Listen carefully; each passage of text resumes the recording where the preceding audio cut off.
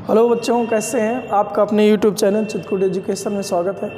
बच्चों, आज हम नवा पार्ट देखेंगे। उसके पहले एक छोटी सी कहानी है। बच्चों, कहानी ये है कि दो बुजुर्ग थे, उनकी दोस्ती अभी तत्काल में हॉस्पिटल के किसी कमरे में हुई। दोनों एक ही कमरे में थे, अलग अलग बेडों में लेटे थे। तो अब वहाँ करे क्या, एक दूसरे से बातचीत करने लगे, उनकी दोस्ती हो गई। एक जो दोस्त था वो पूरा का पूरा गर्दन के नीचे पैरालाइज था, हाथ पाँव नहीं चल रहे थे, केवल बोल सकता था।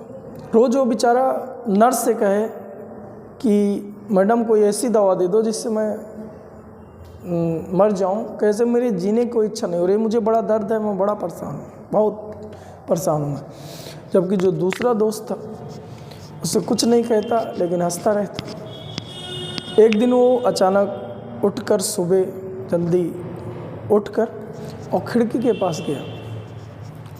पास गया और बाहर की चीज़ें देखकर बोलने लगा कि बच्चे, छोटे छोटे बच्चे खेल रहे हैं, कुछ बच्चे चल नहीं पा रहे हैं, तब भी वो दौड़ने का प्रयास कर रहे हैं, गिर जा रहे हैं बार बार, फिर उठ रहे हैं। कुछ लोग जोड़े में घूम रहे हैं, सुबह सुबह सूरज की किरणें पड़ रही हैं, तो जो बूंदें हैं, छोटी छोटी बूंदें, वाष्प की जो बूंदें, उनमें प्रकाश की किरणें पड़ रही हैं, तो एकदम चमक रही हैं, जैसे कि चांदी चमक रही हो, चांदी जैसी लग रही है। बड़ा जो है सुन के उसे बड़ा बुरा लगा, जो दूसरा वाला दोस्त था, कि मैं यहाँ परेशान हूँ, पीड़ा में कराह रहा हूँ, और ये बाहर की कहानी बता रहा। कुछ नहीं बोला, लेकिन कुछ नहीं बोला। दूसरे दिन फिर से हो गया, फिर वही काम, क्या क्या हो रहा है, क्या क्या हो रहा है, पूरी चीज़ें बता रहा है। लेकिन धीरे धीरे जब वो सुना 2-3 दिन, उसे अच्छा लगने लगा कि बाहर क्या क्या हो रहा है। उसे इमेजिन करने लगा, मतलब जो अभी तक अपना दिमाग अपने शरीर पे लगाया था, वो बाहर के इमेजिन करने लगा कि बाहर ऐसा ऐसा हो रहा है। तो रोज़ जब वो ऐसे बताने लगा तो उसे इच्छा होने लगी सुनने की। तो रोज़ अब वो जो पैरालाइज था व्यक्ति, जो बूढ़ा व्यक्ति पैरालाइज था, अब उसकी इच्छा होने लगी, जल्दी सवेरा हो, मेरा दोस्त आए, बाहर की चीज़ें देख के बताए, मुझे बड़ी खुशी हो। लेकिन एक दिन वो देखता है कि बेड खाली पड़ा है, दोस्त है ही नहीं। तो वो बड़ा घबरा गया, तुरंत नर्स को बुलाया, कह रहा कि मेरा दोस्त कहाँ गया। तो उसने कहा आपको तो पता होगा। तो कहा नहीं, मुझे तो नहीं पता। कहा उसके कुछ ही दिन शेष थे, वो मर गया, उसके परिवार के लोग उसको ले गए। सुन के एकदम आश्चर्यचकित हो गया कि ये क्या हो रहा है, जबकि वो इतना खुश रहता था। लेकिन जब वो मर गया, दोस्त चला गया, वो अकेला पड़ गया, तो फिर से वही कहने लगा कि नहीं, मुझे इंजेक्शन दीजिए, मैं जीना नहीं चाहता ये वो। लेकिन 1-2 दिन बाद उसे लगा कि बाहर क्या हो रहा है, चूँकि वो सोच डाल के चला गया था। जो ख़त्म तो हो गया बुढ़ा, लेकिन सोच डाल के चला गया। तो अब वो जो पैरालाइज था, वो सोचने लगा कि बाहर मैं भी झांक के देखूं क्या क्या हो रहा है, क्या क्या हो रहा है। तो अब वो अपने आप को उठने की कोशिश करे, अपने आप को चलाने की कोशिश करे। धीरे धीरे जब वो प्रयास करने लगा, तो एक दिन पूरी ताकत लगा के उठ जाता है और देखता है, खिड़की में जाके देखता है, पूरी ताकत से जाके खिड़की में खड़े होकर देखता है कि सामने तो बहुत ऊंची सी दीवार है, वहाँ तो कुछ है ही नहीं। जब वहाँ कुछ है ही नहीं है, तो चिल्लाता है कि नर्स को चिल्लाता है कि बताइए दीवार खड़ी कर दिए। तो नर्स कहती है जब से मैं हूँ तब से तो दीवार ही है। तो कहे मेरा दोस्त इस तरह से बताता था कि बाहर ऐसा ऐसा हो रहा है। तो नर्स कहती ये तो नहीं मुझे पता कि वो क्या देख के बोल रहे थे, लेकिन उसी की कही हुई बातों के कारण आज आप इस खिड़की पे खड़े हैं। अगर वो न कह गए होते तो शायद आप खिड़की में खड़े नहीं होते। इससा सोच के बुढ़े को समझ में आया कि बुजुर्ग को ये बात समझ में आई कि नहीं, बातों में बड़ी दम होती है। यही सेम सिचुएशन हमारे सामने है।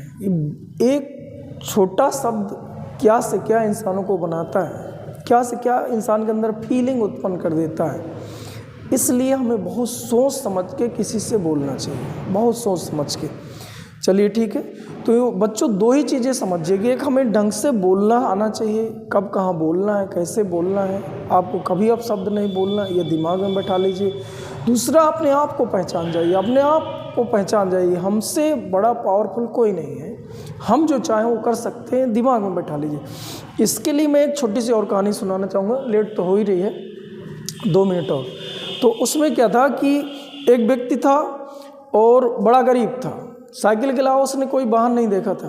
वो जाता था, पहाड़ के पत्थर फोड़ता था, तोड़ता था, एक आकृति देता था, बेच लेता था, बस इतना ही काम था। छोटा मोटा जो पैसा कमाता था उसे आगे घर में अपने परिवार के साथ खाता था, उससे जो भी चीज़ें खरीदता था खाता था, परिवार के साथ खुश रहता था, हंसता रहता था। एक दिन शाम के जब लौटते समय उसके दिमाग में अचानक एक विकृति उत्पन्न हुई, सोच उत्पन्न हुई, लेकिन अजीब सोच उत्पन्न हुई। वो सोचा कि यार रोज़ मेरा यही काम है, जीवन पूरा कट गया, हम आज तक कुछ बाहरी दुनिया नहीं देख पाए। भगवान मुझे एक बार ऐसी शक्ति दे दे कि जो मैं चाहूँ वो बन जाऊँ, तो पूरी दुनिया घूम लेता मैं और परिवार को घुमाता। तो ऐसा सोचता रहता है, घर में खाना खाता लेकिन मन नहीं होता, बस वो यही सोचता रहता है। सोचते सोचते सो गया। सोने के बाद जब अचानक उसे सपना है, मतलब सोते सोते सपना सोचने लगा कि मैं आ रहा था साइकिल लेके और अचानक मुझे सामने बहुत अच्छा और बहुत बड़ा घर दिखा। तो मैंने सोचा, या वो व्यक्ति सोच रहा है कि सबसे पावरफुल तो ये है जो यहाँ पर रह रहा है, इसका जो मालिक है वो सबसे पावरफुल है, कितना बढ़िया महल है ये, तो काश मैं इसका मालिक बन जाता। और गार्ड उसे बना भी देता, वो जैसे सोचता वैसे बन गया, मतलब सपना चल रहा है। तो जो सोचा कि मैं मालिक इसका होता, तो बन भी गया, मालिक बन गया उस पूरे मालिक। बड़ा खुश हुआ कि सबसे पावरफुल मैं, मेरा इतना बड़ा घर है, इतने नौकर चाकर हैं, सब काम कर रहे हैं। लेकिन वो छत में जाके देखता है कि सामने एक राजा है, एक राजनेता है, उससे लोग मिलने के लिए चिल्ला रहे हैं, हाथ बढ़ा रहे हैं, और वो रुक नहीं रहा, जा रहा है, धीरे धीरे उसका रथ जा रहा है, गाड़ी उसकी बढ़ रही है। तो उसे ये लगा कि सबसे पावरफुल मैं कहाँ हूँ, मैं तो यहाँ अंदर घुसा हूँ, मुझे कोई पहुँच भी नहीं रहा मेरे नौकरों के अलावा। सबसे पावरफुल तो ये है, इसके लोग पीछे पीछे पे घूम रहे हैं, तो सबसे पावरफुल ये है। तो काश भी मैं राजनेता बन जाता तो मैं सबसे पावरफुल हो जाता।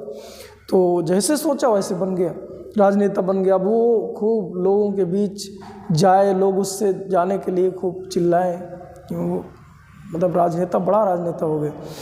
लेकिन जब वो रैलियां कर रहा था, उससे दोपहर में अचानक धूप लगती है एक दिन, और वो गिर जाता है। जब गिर गया, बेहोश हो गया, जब उसे होश आया तो कहा कि यार मैं सबसे बड़ा पावरफुल कहाँ हुआ, ये तो सूरज सबसे पावरफुल है, जिसकी किरणों से मैं गिर जाता हूँ, काश मैं सूरज बन जाता। सपना है। गार्ड उससे कहा कि चल ठीक है, सूरज ही बन जा। सूरज बन गया। अब बहुत एनर्जेटिक फील कर रहा है और सोच रहा है जहाँ मैं चाहूँ वहाँ एनर्जी अपनी फैला सकता हूँ, यहाँ मेरी एनर्जी यहाँ से वहाँ तक जाती है, पृथ्वी मैं ना होता तो पृथ्वी में एनर्जी कैसे पहुँचती है, सब सोचने लगता है। लेकिन एक दिन देखता है कि बादल ऊपर छा गए, अब वहाँ से सूरज की किरणें आ रही हैं, पृथ्वी में नहीं आ रही। तो वो सोचता है कि मुझसे पावरफुल तो ये बादल है जो मेरी किरणों को ही रोक दे रहा है, काश मैं बादल बन जाता। चलिए ठीक है। तो वो जैसे सोचा कि मैं बादल बन जाता, बादल बन गया। अब बादल बन गया, अब और घूमे फिरे इधर उधर, जहाँ चाहे वहाँ छाया कर दे, जहाँ किरणों को चाहे वहाँ रोक दे, बड़ा खुश था। लेकिन एक दिन हवा आई तेज़ी से और सभी बादल एक तरफ उड़ने लगे।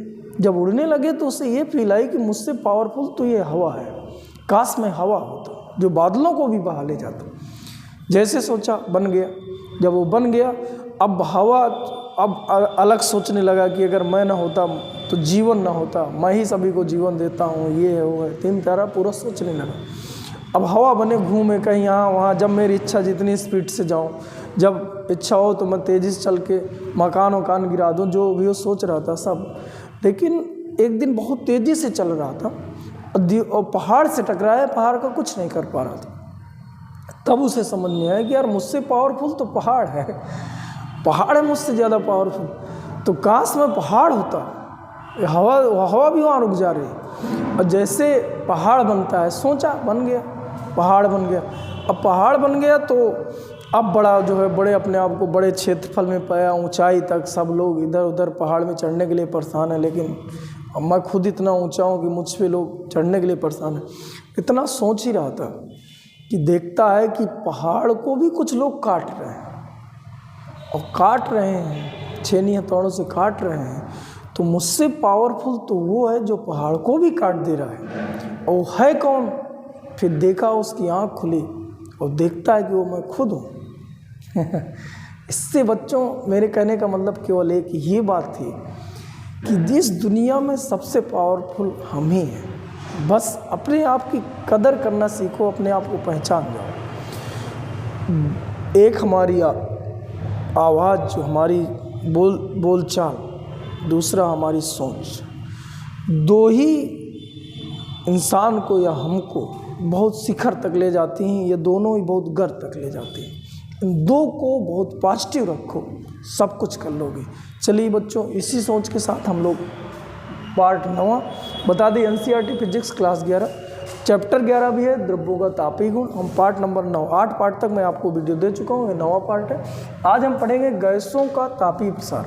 तो देखिए, गैस जब हम किसी कंटेनर में रखते हैं, अंदर भरते हैं, तो जितना बड़ा कंटेनर होगा, जैसे 2 किलो के सिलेंडर ले लो, तो जो गैस होगी 2 किलो के सिलेंडर में भी भर जाएगी। आप 10 ग्राम या 100 ग्राम ही गैस को डाल रहे हो, लेकिन 2 लीटर के सिलेंडर में भर जाती है, पूरे का आयतन घेरती है। आप कम में करो तो जैसे इस कंटेनर का आयतन कम कर दो तो इतने में ही फैली रहेगी। जैसे आप स्प्रे लगाते हो कमरे में खड़े होकर, तो आप स्प्रे मतलब गैस देखते हैं कि स्प्रे पूरे कमरे में फैल जाता है, तो मतलब इसका कोई आयतन निश्चित नहीं होता, जितना जगह पाएगा सभी जगह फैल जाएगा। जैसे पानी होता है, पानी देखिए इसका आयतन यहाँ है, इसका आयतन देखिए पूरा है, मतलब एक हम बाटल लिए हैं, बाटल का आयतन दिखाया गया, लेकिन पानी देखिए यहीं तक है, पानी सभी जगह नहीं फैल रहा है पानी। लेकिन अगर इसके अंदर गैस होती तो पूरे में फैल गया होता। तो इसका मतलब जो द्रव होता है उसका आकार तो निश्चित नहीं, लेकिन आयतन निश्चित होता है। अगर जिस तरह में भर दोगे उसी तरह का आकार ग्रहण कर लेगा जल, लेकिन आयतन निश्चित रहता है। लेकिन गैस में क्या होता है कि दोनों चीज़ें निश्चित नहीं होती, ना ही तो उसका एक निश्चित आयतन है, आप जितने पात्र में, जितने बड़े पात्र में भर दोगे पूरे में फैल जाएगी, और ना इसकी कोई आकृति निश्चित है। जैसा कंटेनर की आकृति होगी वैसे ही गैस की आकृति अपनी आकृति धारण कर लेता है। अतः जब हम गैस का ताप बढ़ाते हैं तो गैस का जो तापीय प्रसारण होता है दो प्रकार से निर्धारित किया जाता है। ऐसे नहीं तापीय प्रसारण निर्धारित किया जा सकता है, ऐसे कैसे कर लोगे? आप सोचो, हम एक भी ताप दे ही नहीं रहे और इतने बड़े कमरे में खड़े होकर हम स्प्रे डाल रहे हैं तो पूरे में फैल गया, तो वैसे ही प्रसार हो रहा है ना, प्रसार करने की जरूरत कहाँ है, वैसे प्रसार हो रहा है। लेकिन हम ताप के कारण कितना प्रसार हो रहा है ये चेक करना है।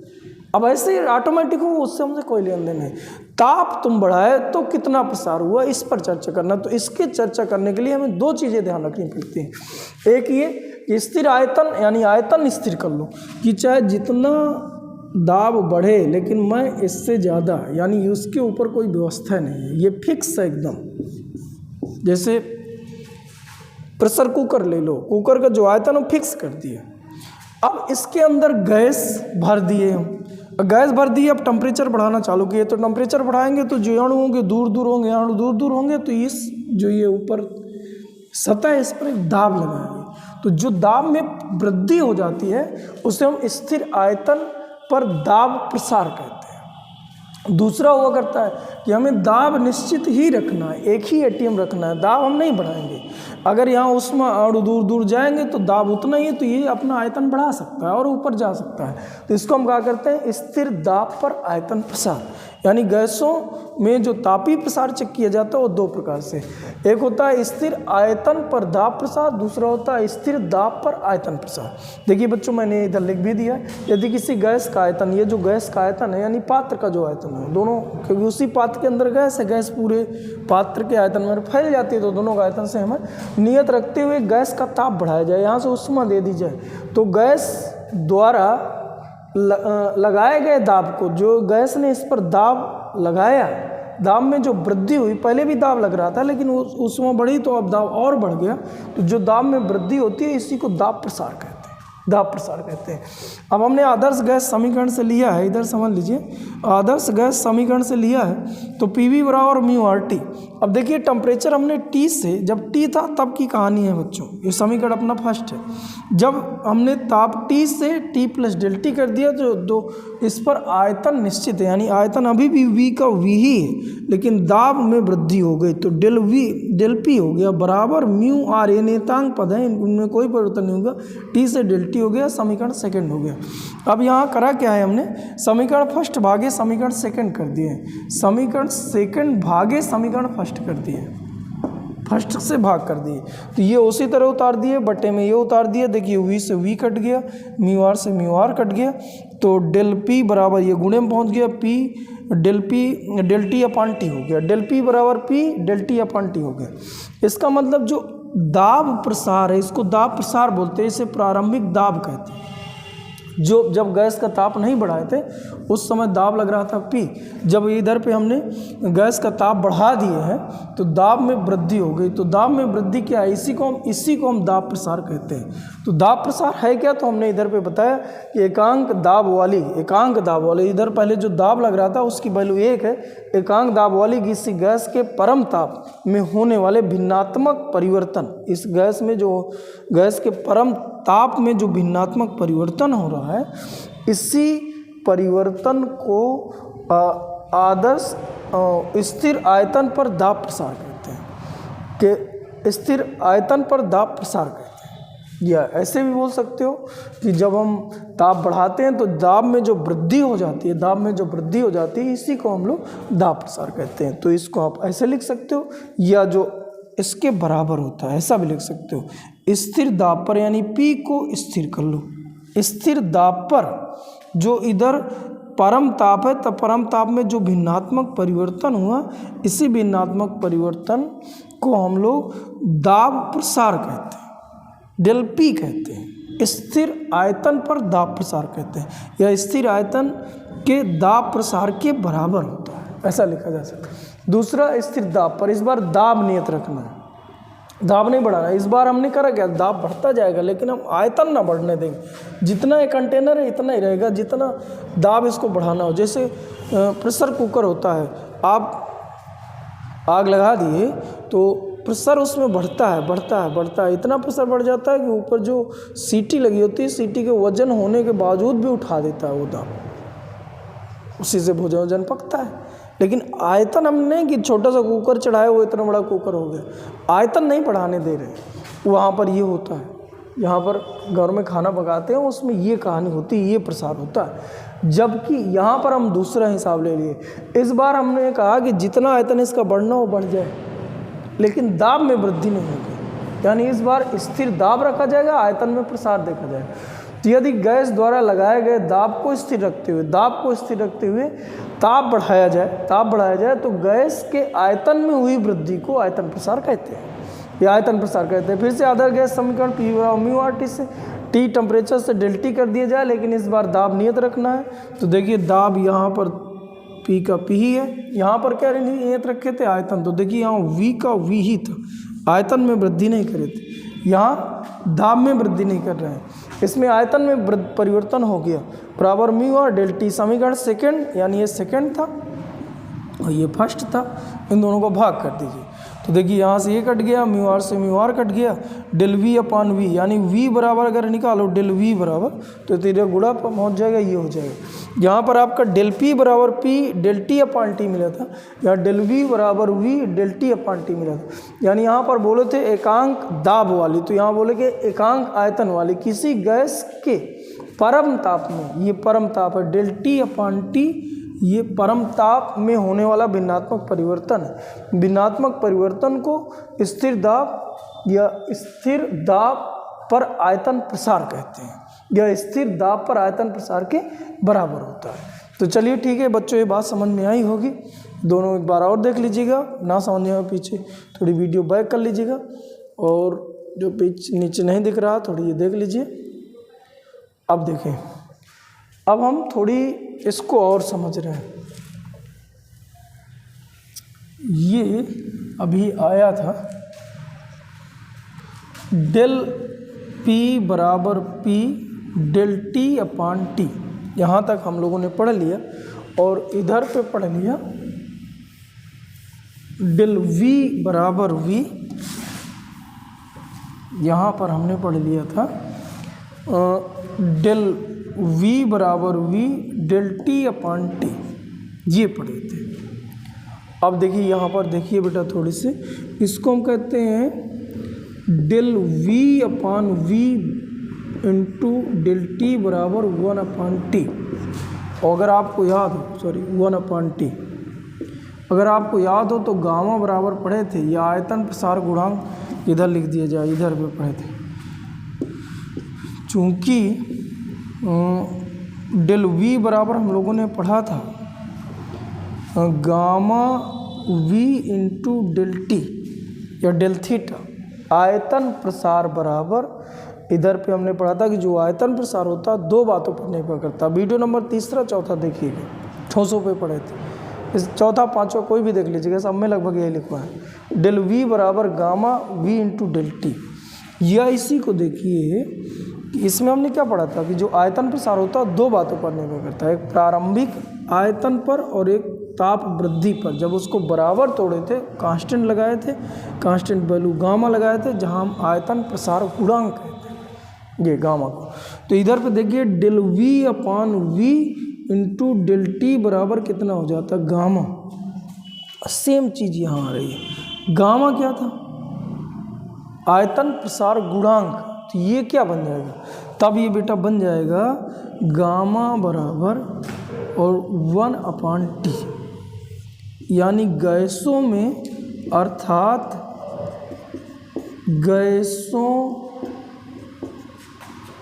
का आयतन प्रसार गुणांक यानी गामा, आयतन प्रसार गुणांक परम ताप के व्युत्क्रमानुपाती होता है, क्रमानुपाती होता है।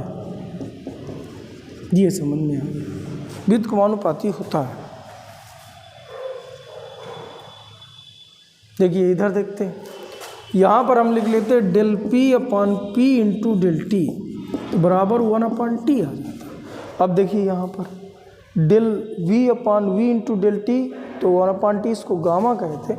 इसी तरह ये आपका बन जाता, ये आपका बच्चों बन जाएगा इधर पे, यहाँ पर ये आयतन प्रसार 1/t, लेकिन यहाँ पर आयतन प्रसार गुणांक लिखे थे, तो यहाँ पर हो जाता है इसको दाब प्रसार गुणांक। यहाँ पर देखिए आयतन del V upon V into del T था, तो गैसों का जो आयतन प्रसार गुणांक है वो इतना।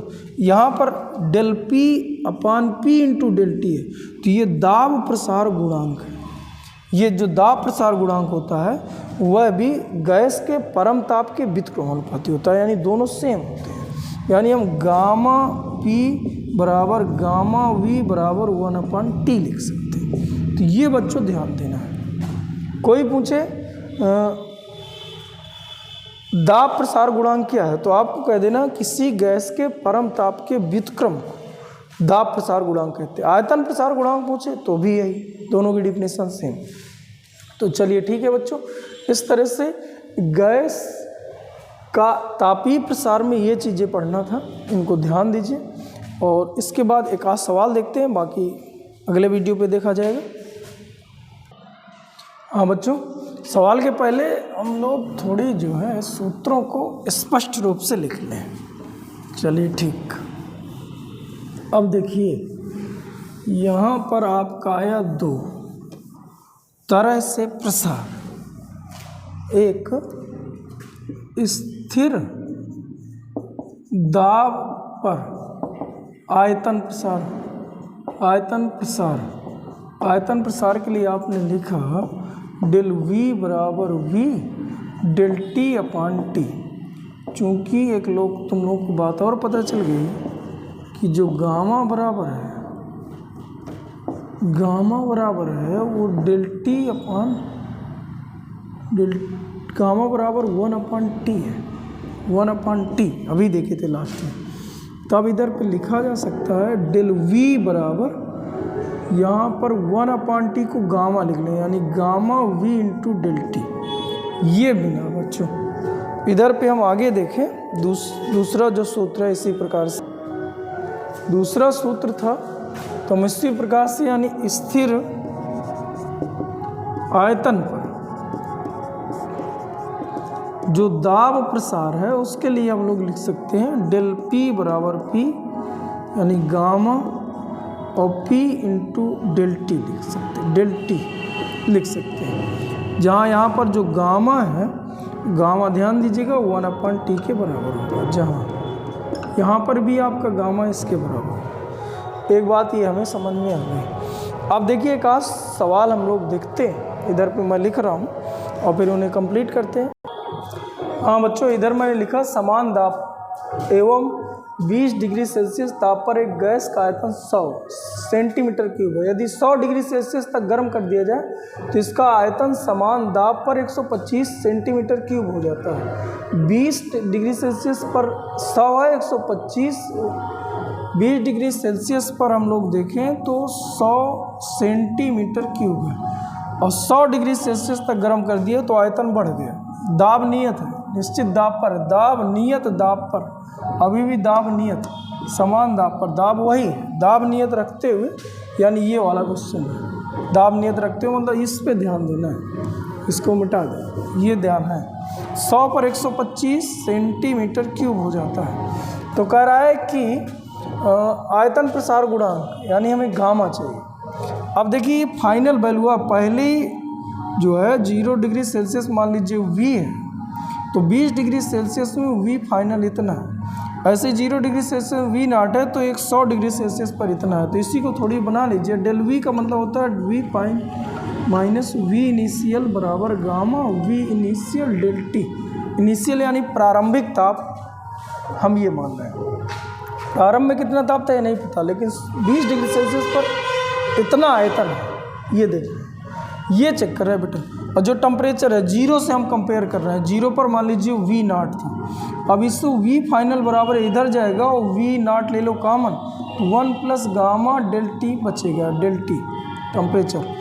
अब इधर पे देखिए, इस सूत्र में हम 2 बार रख दें, इस सूत्र में ध्यान दीजिएगा, तो हम यहाँ पर कितना कर दें, 100 बराबर V नॉट 1 प्लस गामा भी नहीं पता, लेकिन टेम्परेचर 0 से 20 मतलब टेम्परेचर में परिवर्तन 20 डिग्री सेल्सियस में। अब यहाँ पर देखिए बटा कर दिया जाए तो अंतिम 125 हो जाएगा, और डेल इसी तरह फिर से 1 प्लस गामा में चाहिए। अब टेम्परेचर में जो परिवर्तन 0 से लेके 100 मतलब 100 का हो गया, ये 0 से कंपेयर करें तो इससे कट गया 25 पंचे 125, 25 चौको 100, 4 का इधर गुणा कर दीजिए तो 4 प्लस ये हो जाएगा 400 गामा बराबर 5 का गुणा इसमें कर दीजिए तो 5 प्लस 5 गुना 10, 100 गामा इधर ले आई तो 300 गामा बराबर इधर जाएगा तो 1 बच जाएगा, यानी गामा बराबर आ जाएगा 1/300, यानी दशमलव लगाइए, 0 बढ़ाइए, 0 बढ़ाइए, 0 बढ़ाइए, 0 बढ़ाइए, 0। अब आपका जाएगा 3 3 3, यानी ये आ जाएगा। चौथा नंबर इसका विकल्प सही था। चलिए बच्चों समझ में आया होगा, आगे देखते हैं। बच्चों समझ में आया ना, 20 पर ये दिया था, फाइनल अंतिम आयतन ये हो जाता 20 डिग्री सेल्सियस बढ़ाने पर। पहले कितना था इससे कोई लेना देना नहीं उससे। मान लीजिए ऐसे करके कंटेनर है, इसको हमने 0 डिग्री सेल्सियस पर, जब इसका टेम्परेचर 0 है तो इसका आयतन हमने V नॉट मान लिया, लेकिन जैसे इसका टेम्परेचर हमने 20 कर दिया तो अब इसका आयतन 100 हो जाता। अब अगर सब प्रसार और सार सब जोड़ दिए जाए, प्रारंभ में कितना था वो सब जोड़ दिए जाए तो अब ये 100 सेंटीमीटर क्यूब हो जाता है। लेकिन अगर टेम्परेचर हम बढ़ा दें 100 तो कह रहा है कि ये जो आयतन है, चूँकि स्थिर दाब स्थिर है इसलिए बार बार बढ़ेगा, अब ये 125 सेंटीमीटर क्यूब हो जाता है आयतन।